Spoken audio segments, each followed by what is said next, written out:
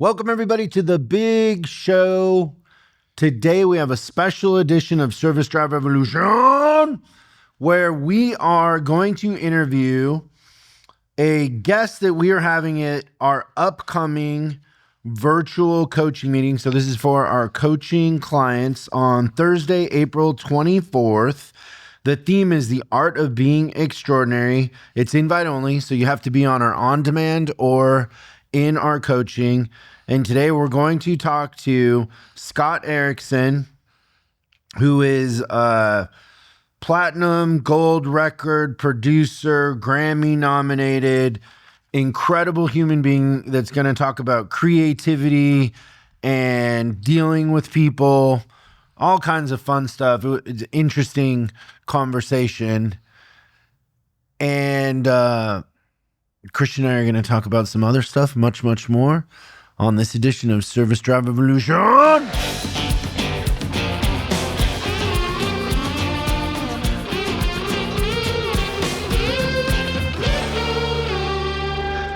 So I noticed something interesting this morning. What's that? You drove to work in the Rover today. You didn't take a jet ski.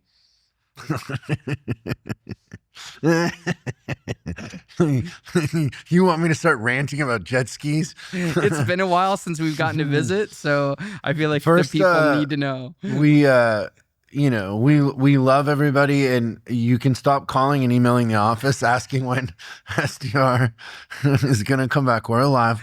It's fine. We appreciate it. But poor Alex, she's always like, you have to do more. People are upset. Stop. They won't stop calling. Okay, so let me tell the jet ski thing.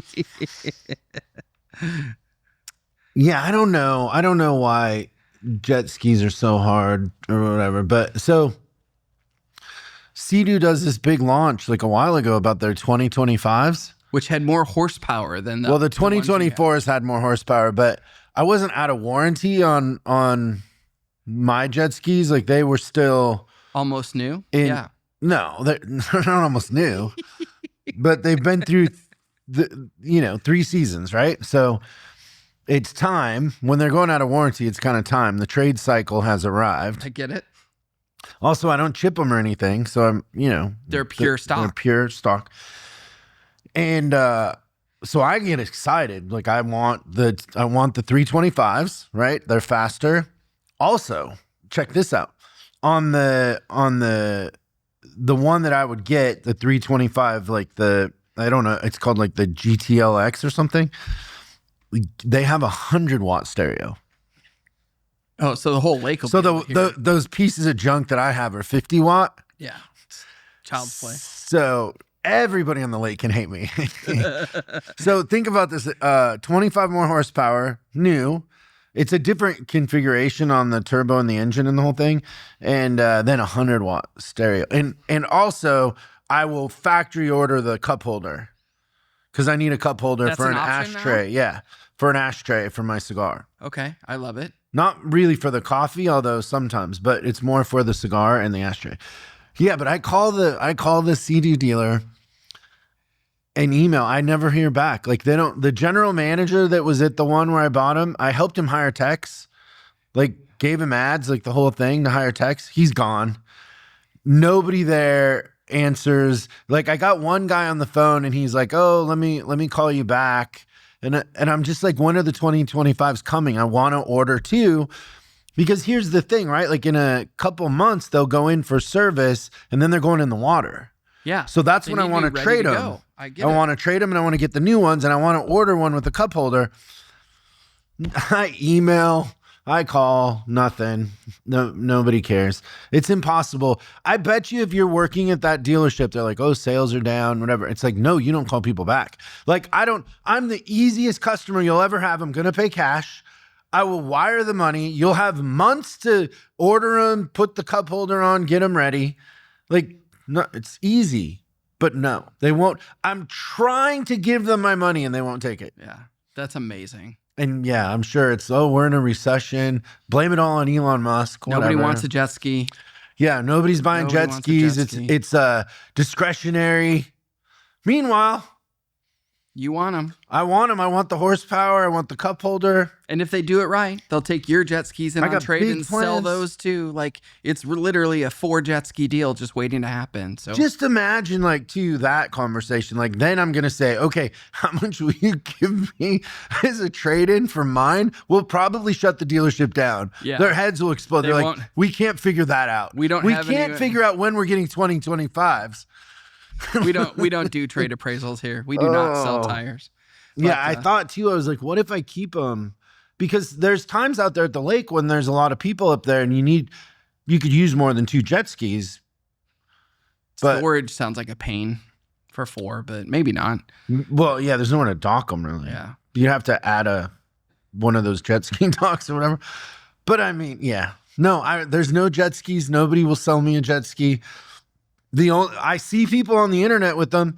I see people reviewing them. All the jet ski influencers have had them. Someone's got them. They're all in Florida, standing in 3 feet of water with no concern whatsoever for an alligator. Yeah, they got alligator bite marks on the back. But good old, Washington State, nobody will sell me a Sea-Doo. Yeah. You know what's funny is that jet skis remind me of water.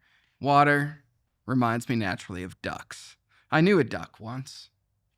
And this particular duck, he walked into a bar, sat down. He's like, "Hey, let me get a beer." And the bartender's like, "You drink beer and you're a talking duck?" The guy's like, "Yeah, I'm super sophisticated." And he's like, "I also read." So he pulls out a newspaper and he starts reading the newspaper, and the bartender's just blown away. And he's like, "Man, I can't believe all this. What else do you?" He's like, "Oh, I could sing and dance, but my real passion is my work." And he's like, "What do you do?" And he says, "I'm a bricklayer." Which then he goes into the explanation of like, how do bricklayer work with a bill? Like it's a pretty intense thing. Yeah. So the bartender's like, "Man, I've just never seen anything like this." And then guy leaves. He's been coming in for a long time. Like he's a regular duck at the bar. And a couple days later, the circus comes into town. And then the ringleader of the circus comes into the same bar. And he's like, bartender goes to the ringleader. He's like, "Hey, I know this duck.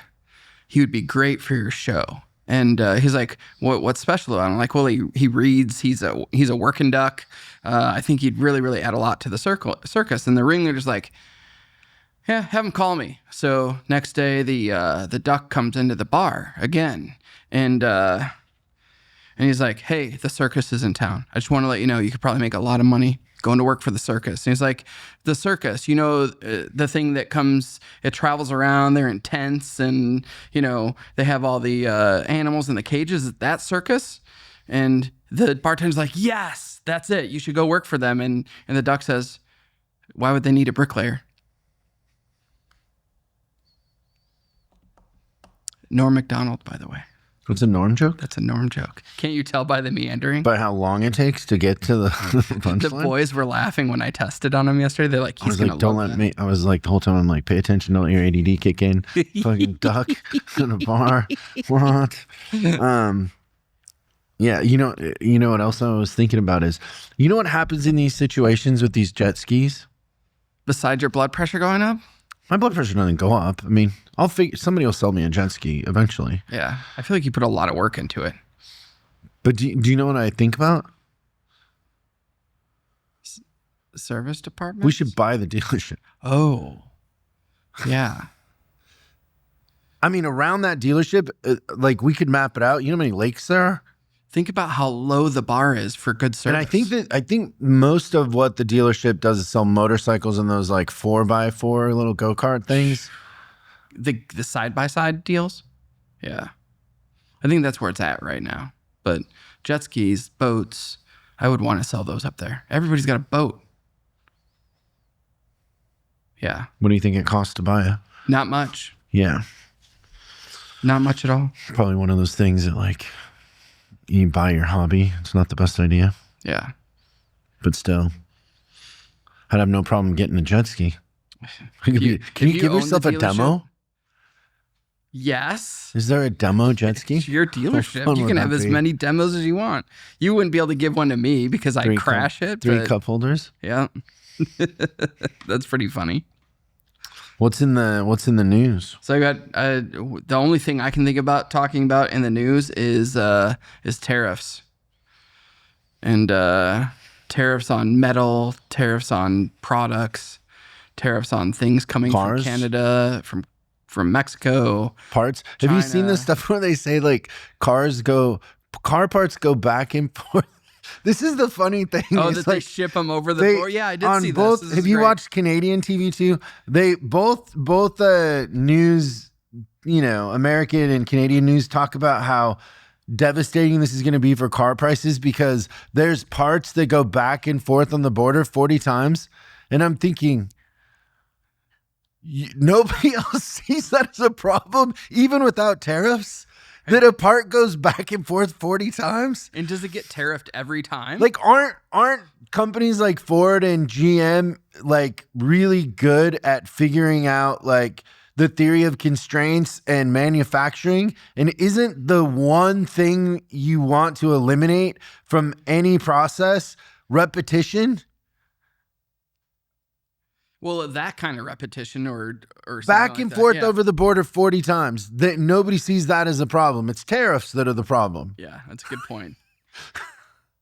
It took tariffs to figure out that going back and forth over the border with a part 40 times is bad. Could we just make it go over 10 times? Like going across the street 40 times is dumb. But across the Canadian border back and forth to the US sounds reasonable. The tariffs are the problem. Whenever I see people talking about that, I'm just like, you guys, you're talking about the wrong thing. Yeah. This is 2025. This isn't like 1732 and we're trying to make muskets. Yeah. But instead, there's only one guy that knows how to put the pin in the hammer on a gun. And he's in Toronto. He's in northern Canada. No. These things are made by machines. It's not even people making parts anymore. It's beautiful. 40 times back and forth across the border, and that's not a problem. You want me to tell you another thing that drives me crazy about this? Do you know the one thing that isn't affected by tariffs? What's that? Labor in the service department. Yeah, are you sure you don't want to make the tax go You guys, they go to Canada and back and forth to train now? Yeah, all these car dealers that measure their success by how many cars they're selling might want to work on fixed ops. Yeah. There's no tariffs on labor. That's right.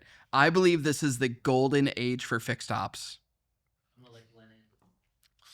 It is the golden. Well, we can tell by how busy we are. Oh my gosh, it's it's the funniest thing. Yeah. There's no tariffs on labor. No. Maybe on parts. Maybe. I don't know.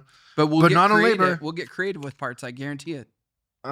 He who has the technicians is going to win. But super fun. We're glad to be back. We have an incredible guest today, Scott Erickson.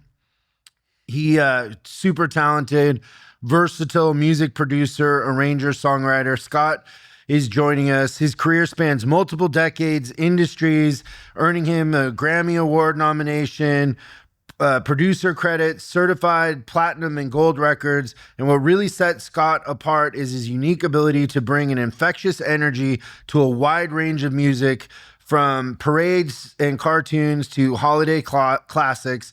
His creative approach is known as possessing jingle sensibility, something that helps him craft memorable, catchy hooks that stick with listeners long after the music fades. And this is just a little preview of what's going to be coming up on the coaching meeting, April 24th.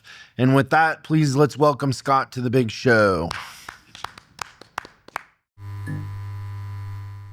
Welcome to the big show, Scott. Thank you very much. Happy to be here. Thanks for having me. We have many things in common, I think. Do we? Yeah. So the first one is Miss Marilyn. Yeah, Marilyn Magnus, the one and only, man. The one and only. So we have in our coaching group, we have an elite group. So these are like the managers that they don't want to talk about the basic stuff anymore. They want a kind of an elevated experience. So usually what we do is we go into different businesses and analyze the business, but Marilyn took us to Disneyland once. So, I mean, I've seen people do tours of Disneyland, but I don't think you've ever done a tour of Disneyland until you've done it with Marilyn. It was incredible. Yeah. How the seas parted. She's an icon. She is an icon. And what she explained to us, and the things that you don't see going on. Yeah. Well, I've been fortunate. Well, I met her through working at Disney, but I've been fortunate to be, backstage and behind the scenes, and wrote music for, I don't know, 36 shows probably around the world and whatnot. So yeah, it's really an incredible operation. Really, really quite astounding. And their customer service is the benchmark, really.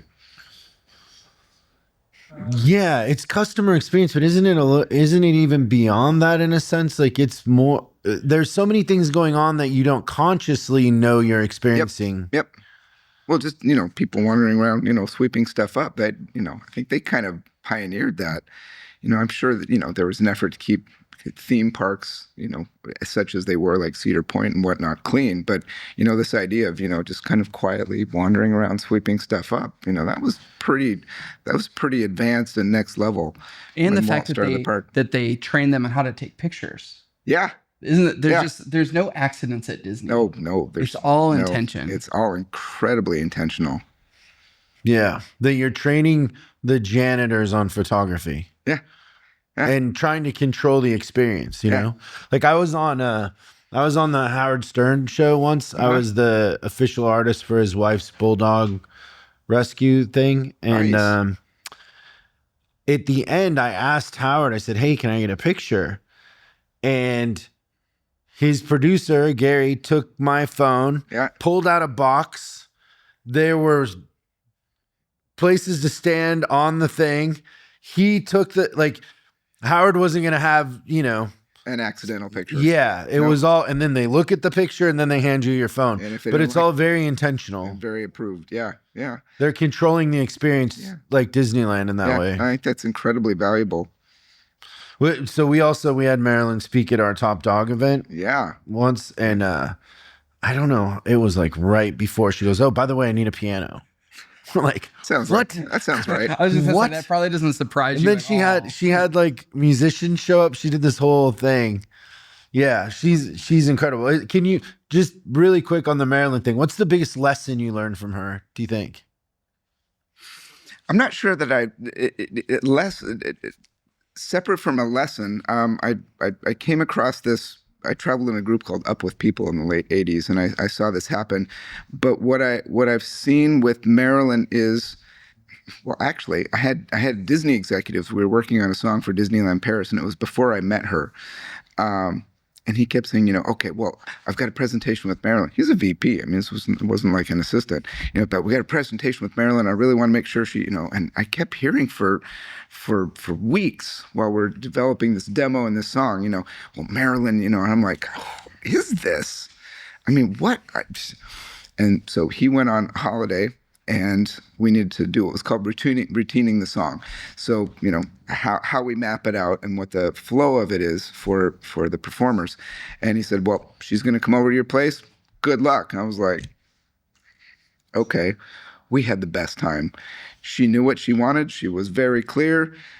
We got to a place I was like, do a modulation here, maybe? She's like, you're the parade guide. Do what you do. I was like, wait. She's incredible. I saw the same thing with Streisand. Streisand has a hard time communicating, but she's very clear on what she wants. And when she maybe can't articulate it, people take it as a sign of kind of bitchiness or, but it's really just a communication thing. But she's very clear and she's very direct. And if you pay attention and you're on the team, you're good.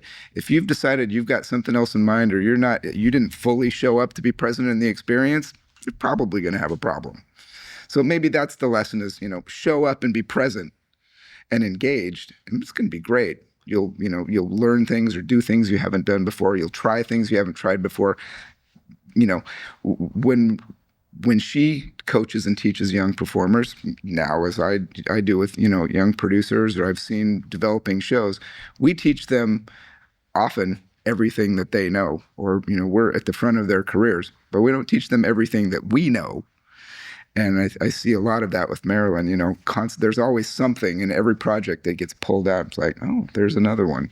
It's really, she's extraordinary. We've done a lot now since we got acquainted, and she's, yeah. And again, I was a big fan of the Osmonds growing up. I didn't have a cool first record like, Led Zeppelin. It was Donnie and Marie New Season. But she was cute, man. And it was the biggest thing going. Marie was cute. Marie was very cute. I think she was super cute. She was super cute. I'm with you on that. Yeah. Well, when again, in the 70s, when you were number one in the 70s, that was like a big deal. And their show was number one for, I think, 3 years.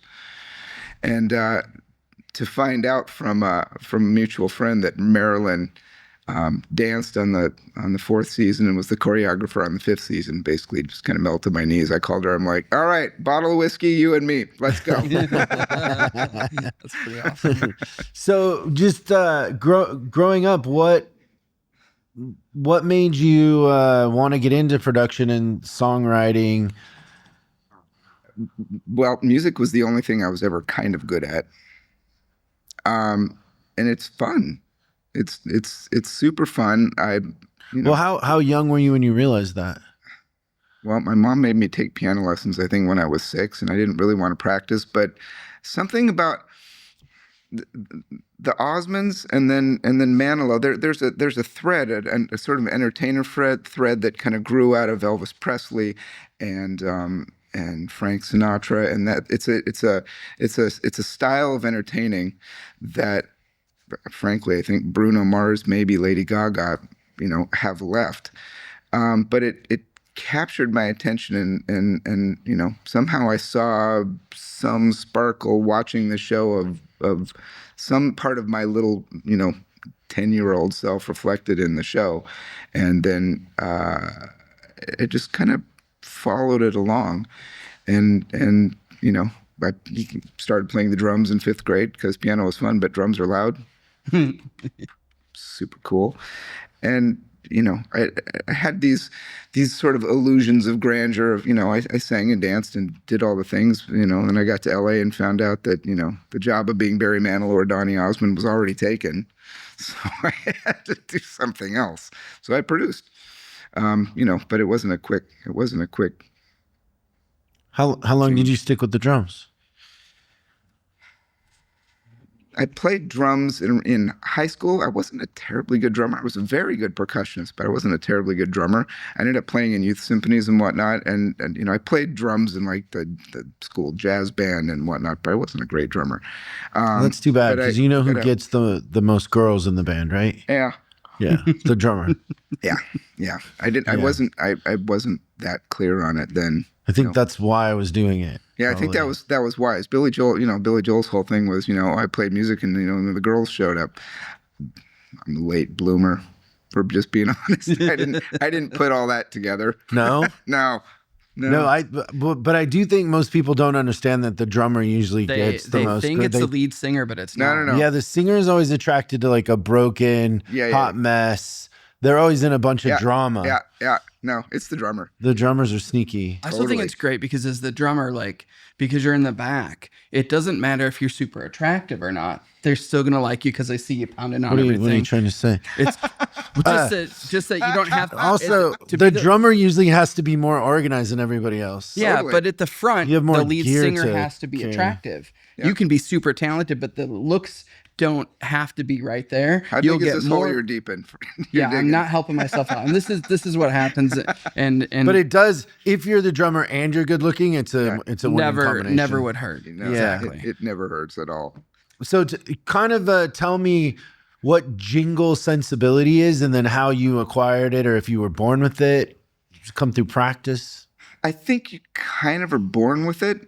When I started it turns out I've learned that there are different, as a songwriter part of my career, there are different kind of songwriters, and it turns out that you can do it or you can't. You can go to music school and, take a songwriting class, but it doesn't make you a songwriter. Kind of like, you don't get taught to sing. You can learn technique, but you can sing or you can't. It's kind of, that's just the honest truth about it. And it turns out that as I was beginning my career and, maybe not working as much or aspiring, I tried writing some songs. I wasn't terribly good at it, honestly. Where I got good at it is when somebody gave me a framework and said, we need this. It turned out I'm quite a good songwriter. I ended up writing like 40 songs for Barney, the Barney TV show. Thinking about, for Barney, the songs are 75 seconds. So you've got to do the whole business in 75 seconds and hopefully make it memorable somehow. I think people have talked about having, people have heard maybe the term of a hook in a song. Well, jingle writing was a style of writing that was popular in the 30s, 40s, 50s, 60s, and it was to sell products.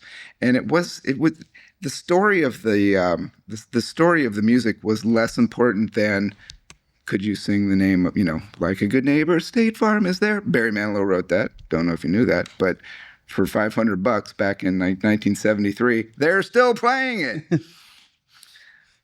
That little thing connected to an idea helps to sell product. I mean, that was the whole idea.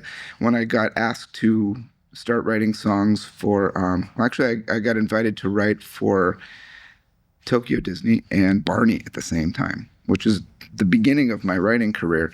And they both have kind of the same objective. You kind of have to do the thing in an incredibly short period of time. On Barney, you get, like 75 seconds to tell the whole story. At a Disney park, really, not to be callous, but it's about selling a T-shirt. So if whatever the little musical idea is, the whole chorus of the song really doesn't matter. It's the little tag at the end or the little thing at the beginning. It's a little thing that somebody can hold on to. And if you can sing that little bit after hearing it once, then I win.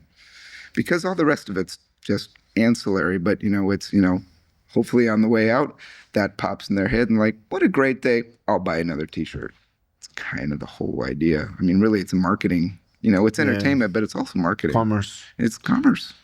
So the listeners of this are mostly in the automotive industry Yep. and in service. Yep. And so kind of one of the characteristics of a service manager Yep. is that they're trying to avoid surprises and change. There's a lot of routine, a lot of consistency. And the outcome of that is there's very little creativity. The service departments in the automotive industry have been around since Henry Ford. Sure.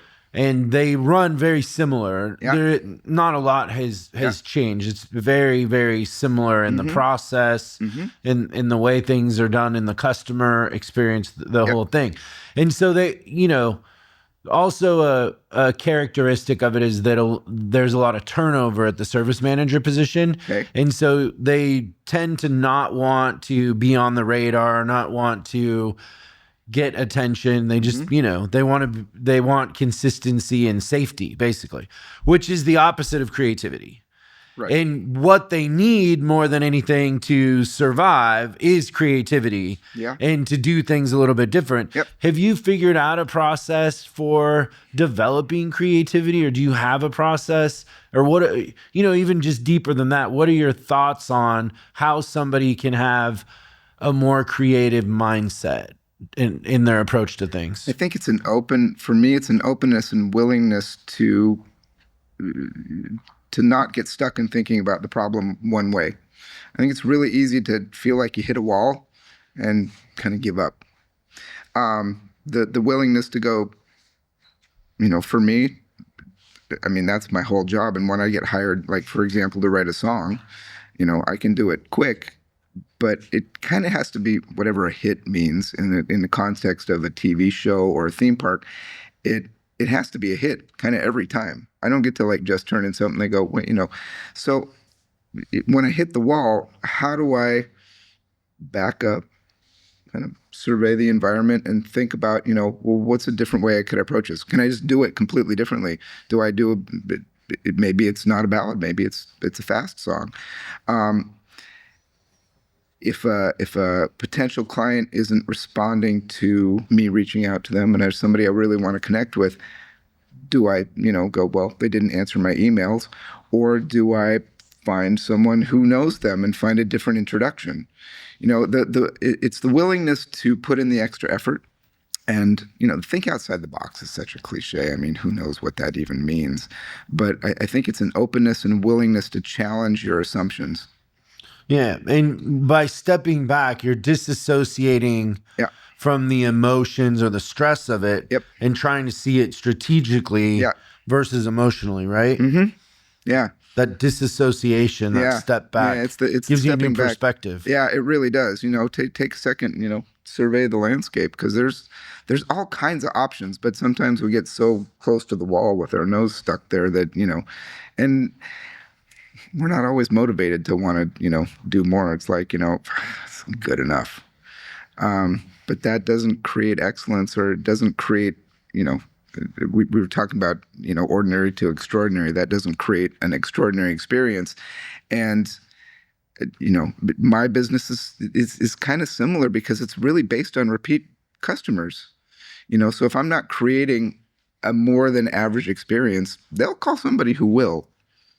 And, I think that's probably common across lots of businesses, but certainly this is one of the places we really have some things in common, because we have to continue to develop a customer base, serve it, and build these relationships. Otherwise, they go somewhere else and we don't pay our electricity bill.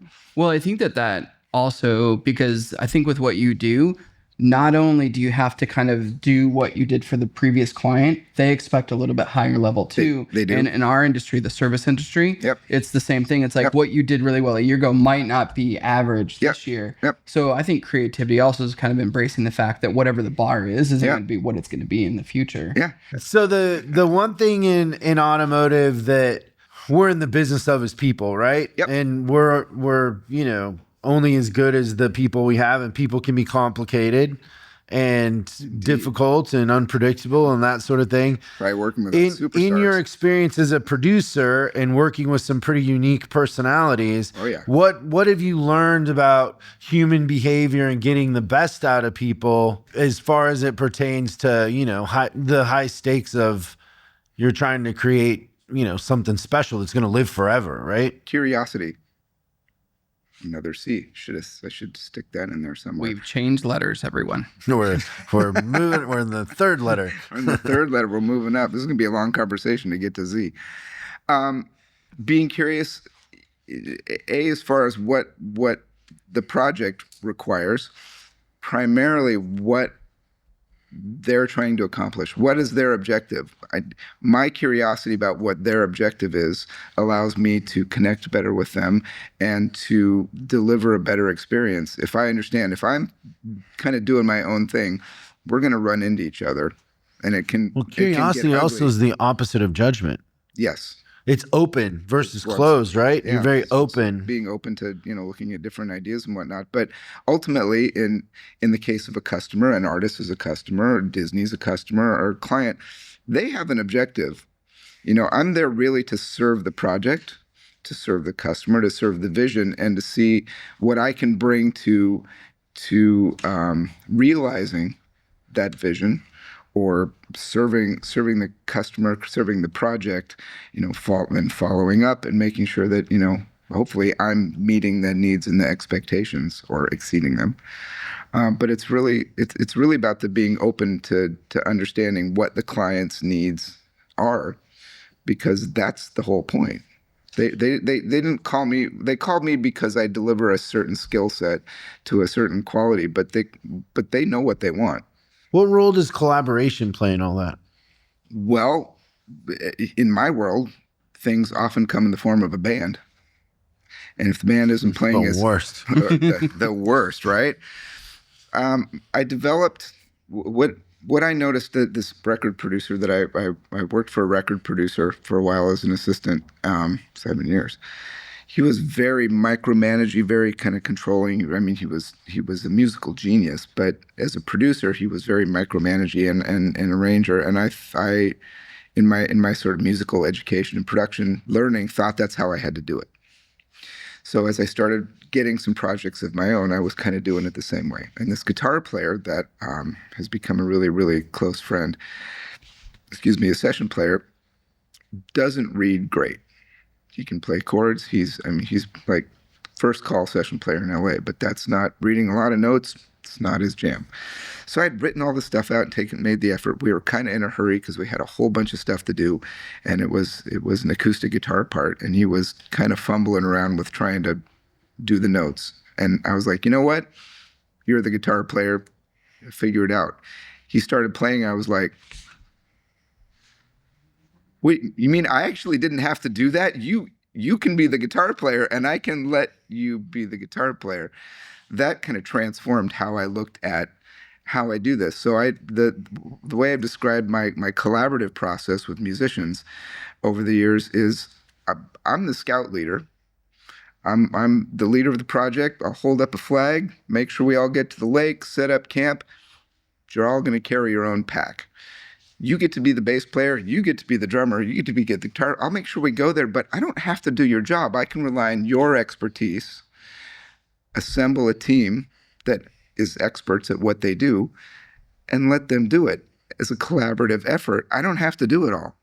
I can hand off responsibility to people who are really good at what they do, and it's often better than what I can do on my own. Actually, it's always better than what I can do on my own. Best drummer of all time? Well, it depends on what your measure is, but the first thing that comes to mind is Jeff Porcaro. Yeah, that's what I was going to say. I mean, incredible. Steve Gadd, not bad, but. Well, I would go Ringo second. Yeah, I mean, yeah. But Charlie Watts, his guys play. It's a long list, man. John Bonham. It's a long list. But Jeff Porcaro's deep. People have no idea how many hits Jeff Porcaro played on. They really don't. I have a vinyl of they did a repressing of Thriller, and Jeff played on Michael Jackson's Thriller. Yeah. Nuts. Yeah. I mean, absolutely nuts. His shuffle, nobody's come close. No. That Rosanna shuffle, nobody's anywhere close to it. So great. He was gone by the time I got kind of in the world, but everybody, I know the records, and everybody that I've worked with is like, it was Jeff. What do you think about the music industry as it sits today and where it's been and where it's going? Like, what are your thoughts? Are you optimistic? I'm always optimistic. I just see, by default? Yeah, mostly. And I see no reason not to be. Creativity is not going to die. As people are going to continue to be creative. Now, whether I can access it with my old brain and everything, that's a different story. So you're gonna be speaking on our virtual meeting coming up. What can everybody expect? Well, just kind of talking about my story a little bit, and along the way, I through reading books and trying to understand how to build a career, three things kept coming back to me: creativity, consistency, and connection. Creativity, like we talked about, stepping back, looking at a problem from different angles, or sneak in backstage at a concert to meet an artist. Connection with people that we've touched on a little bit, and consistency over time. And I think all three of those relate to what you guys have been talking about with service providers, and certainly in my career, to have a career over 30 years, you're gonna have to build some consistency, building a client base, and so yeah, share some stories and talk about those things and how they related to my career, and maybe hopefully tie it into to your folks as well. They're a fun group. You'll enjoy them. They're great. I look forward to it. They're eager to learn and get better. It's a cool environment. Also, I want to make sure that we give you my my I Am Leader book before you leave. Oh, fantastic! It's 2 books. It's kind of a hybrid, but it's a little bit of an art book. I think you'll like it. When we're just talking about creativity, it's a new approach to a book that I love that. I think it'll inspire you. I look forward to that. Thank you very much, and appreciate you having me. This is fantastic. Thanks so much for watching this episode of Service Job Revolution. We're uploading new stuff every day, so make sure you subscribe and click the bell icon so you don't miss out. If you have a question you'd like us to answer on the show, call 8333-ASK-SDR and we'll answer your question on the show. That's 8333-ASK-SDR. For special deals on our books and training, head over to offers.chriscollinsinc.com. Now that's offers.chriscollinsinc.com. I'm Chris Collins, and I'll see you in the next video.